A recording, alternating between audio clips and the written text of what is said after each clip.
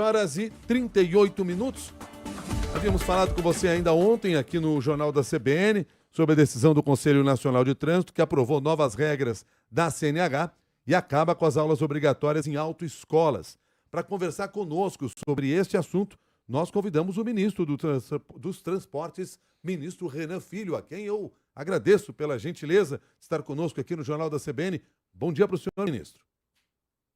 Bom dia, Milton. Bom dia, Cássia. Um grande prazer conversar com todos da CBN. Bom dia, ministro. Ministro, para que as novas regras entrem em vigor, é preciso publicação no Diário Oficial e eu lhe pergunto se já há uma data definida. Hoje eu vou estar às 2 horas com o ministro Rui Costa para a gente ultimar os entendimentos aí para a publicação e para o próprio lançamento. O fato é que a publicação é a formalidade, Milton. A parte legal que precisava ser cumprida já foi, que é a aprovação do CONTRAN, um conselho de ministros que deliberam acerca do trânsito nacional. E essa resolução, ela aproxima da lei, daquilo que o Código Brasileiro de Trânsito estabelece para o cidadão. Encerra a obrigatoriedade de autoescola e dá ao cidadão mais opções, a fim de baratear, de melhorar a qualidade do serviço, de estabelecer concorrência. O pior trânsito que existe é aquele trânsito que não garante ao cidadão o direito de dirigir habilitado. E era isso exatamente que estava acontecendo no Brasil, pelo preço muito alto, muito elevado para tirar uma carteira, a morosidade e um processo extremamente burocrático que está sendo alterado agora. Ministro, nós falamos bastante ontem a respeito de algumas destas alterações, né? Então, a redução do número de horas-aula obrigatórias, né? Principalmente na categoria B, que é a categoria mais comum, né? Dos carros convencionais, mas há mudanças também para outras categorias. Quando a gente fala das categorias C, D e E, também tem mudança. Não, Cássia, a maior parte das mudanças estão concentradas nas categorias A e B, que são as categorias A é a carteira para motos e a B, carteira para carro. As carteiras C, D e E, a gente só está adequando aos veículos, mas nós não estamos alterando o caminho para que as pessoas se habilitem. Por quê? Porque as carteiras A e B são as mais comuns e, alterando elas, nós vamos verificar os resultados, aferi-los detalhadamente e aí sim buscar replicar simplificação das carteiras C, D e E, que são as carteiras profissionais. Elas estarão numa segunda etapa. Mas uma parte da modernização já está sendo absorvida. Por exemplo, o uso de veículos elétricos e automáticos. O Brasil era um dos únicos países do mundo onde o cidadão não podia fazer a sua habilitação, tirar a sua habilitação num veículo automático. Só podia ser feito em veículo manual. Isso era uma coisa retrógrada, antiga, velha, e agora foi alterada também. Aliás, essa era uma questão ou foi uma questão que surgiu ainda ontem, em grande quantidade dos nossos ouvintes. Então, a partir dessa resolução, fica autorizado que o motorista possa fazer o seu teste para retirada da carteira com o carro automático? Fica assim, Milton, isso já é utilizado no mundo inteiro. 85% dos carros novos vendidos no Brasil hoje já são automáticos. Não tem sentido você não permitir que as pessoas tirem a sua habilitação no carro que ela própria vai dirigir. E o cidadão também, se ele quiser escolher, ele pode se habilitar num carro manual. Obviamente haverá uma transição, porque as autoescolas, os instrutores autônomos vão precisar também ofertar o serviço de formação no carro automático. Ou o cidadão vai precisar ser proprietário de um carro automático, porque as pessoas vão poder também fazer as aulas práticas nos seus próprios veículos, adesivados, com ímãs, como ocorre no mundo, de maneira a baratear o processo, a facilitar e a simplificar para o cidadão de maneira geral. Ministro, a sua pasta prepara medidas para estimular os bons condutores? Sim, Cássia, eu acho que essa será uma das grandes medidas também desse processo de mudança da CNH. A gente já viu o estímulo ao bom pagador, você lembra? Porque sempre existiu o Serasa.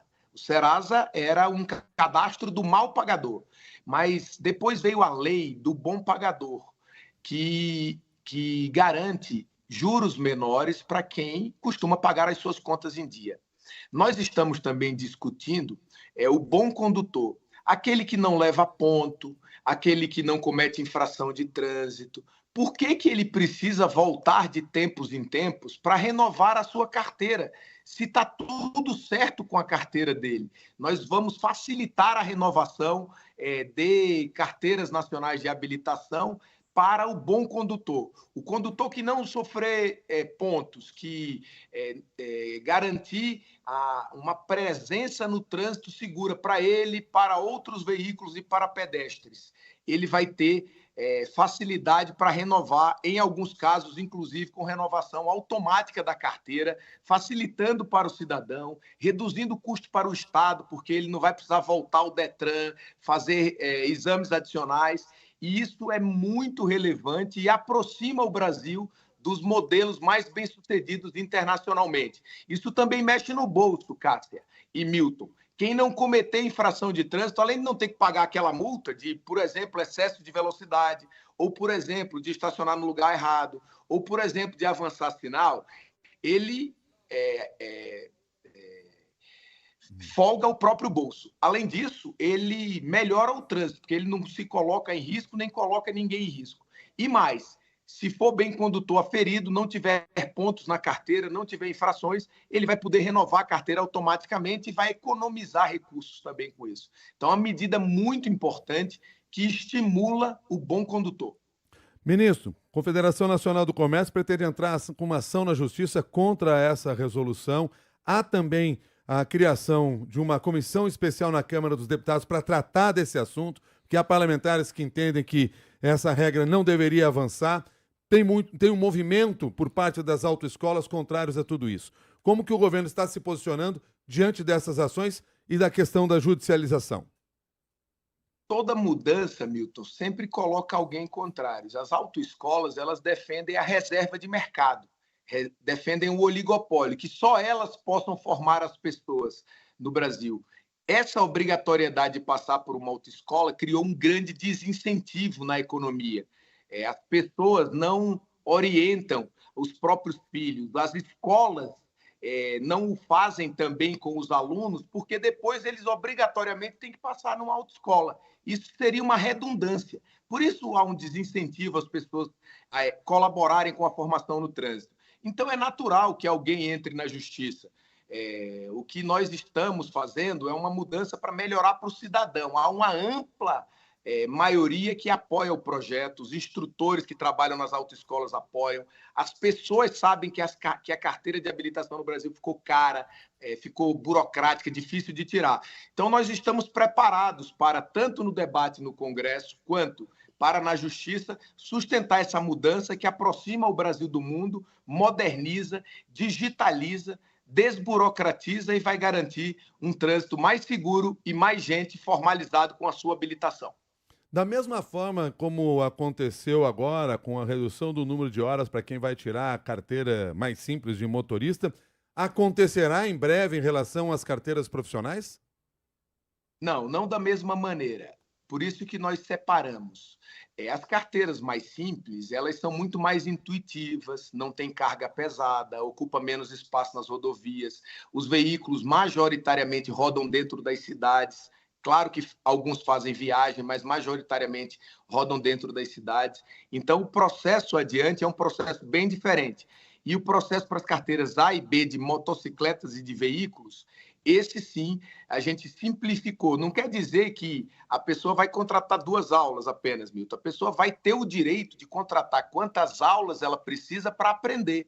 Porque você precisa de um número, eu preciso de um outro, a Cássia de um terceiro número. E antes, o governo obrigava todo mundo a contratar 20 aulas. Então, isso era injusto, porque muita gente não tinha o dinheiro de contratar as 20 aulas. E se fosse para tirar a carteira de carro e de moto, seriam 40 aulas. Por isso que a carteira no Brasil oscila entre R$ 3.500 e R$ 5.000. Isso é muito caro para o cidadão comum, que muitas vezes recebe um salário mínimo por mês e não tem condições de pagar tão caro numa carteira nacional de habilitação. Essa é a mudança. Vai dar protagonismo ao cidadão na aula prática. E na aula teórica, vai dar direito a ele de estudar como ele quiser. Ele não vai precisar passar 45 horas numa autoescola, porque ele é obrigado a isso. Ele vai poder estudar enquanto vai para o trabalho, no coletivo, no ônibus, no metrô, vai poder estudar em casa. E se ele desejar, ele contrata uma autoescola, que continuará funcionando. Ela só não será obrigatória. Ministro Renan Filho, muito obrigado pela sua gentileza de nos atender no Jornal da CBN. Um bom dia para o senhor. Eu que agradeço. Um grande abraço.